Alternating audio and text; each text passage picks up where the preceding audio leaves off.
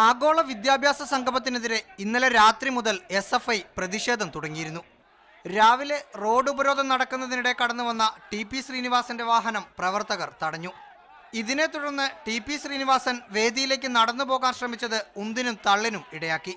സംഘർഷത്തിൽ നിന്ന് രക്ഷപ്പെട്ട് തിരികെ മടങ്ങുന്നതിനിടെയായിരുന്നു SFI പ്രവർത്തകർ അടിച്ചു വീഴ്ത്തിയത്.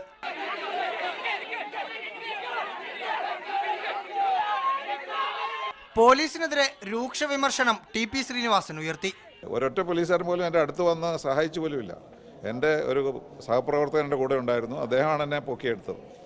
അപ്പോൾ പോലീസുകാർ നിൽക്കുന്നത് കാണാം, ആ സീനിൽ കാണാം, അവരെല്ലാം ഇങ്ങനെ വെറുതെ നിൽക്കുകയാണ്, എന്തോ ഒരു തമാശ കാണുന്ന പോലെ. സംഭവത്തിൽ SFIയും CPM ജില്ലാ നേതൃത്വവും ഖേദം പ്രകടിപ്പിച്ചു. ഒരു ആൾക്കൂട്ടത്തിനിടയിൽ അദ്ദേഹം ചെന്ന് കയറാൻ പാടില്ലായിരുന്നു. ഇനി അദ്ദേഹം കയറിയെങ്കിൽ അദ്ദേഹത്തിന് മാന്യമായിട്ടുള്ള രൂപത്തിൽ കൊണ്ടുപോകേണ്ടതായിരുന്നു എന്നുള്ള കാര്യത്തിൽ സംശയമൊന്നുമില്ല. എന്തെങ്കിലും സംഭവിച്ചിട്ടുണ്ടെങ്കിൽ ഞാൻ ക്ഷമ ചോദിക്കുകയാണ് അതിൽ. എന്നാൽ പോളിറ്റ് ബ്യൂറോ അംഗം പിണറായി വിജയന്റെ പ്രതികരണം മറ്റൊന്നായിരുന്നു. ഒന്നാമത് അദ്ദേഹം വിദ്യാഭ്യാസ വിശേഷനല്ല. ശ്രീനിവാസൻ ഒരു അംബാസഡറായി പ്രവർത്തിച്ച ആളാണ്. ആ കാര്യത്തിൽ നല്ല വിദഗ്ധനുമായിരുന്നു.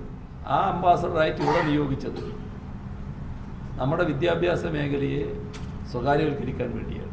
നമ്മുടെ ഉന്നത വിദ്യാഭ്യാസ മേഖലയിൽ ഒരു അക്കാദമിക് സിറ്റി സ്ഥാപിക്കാനാണ് തയ്യാറാവുന്നത്.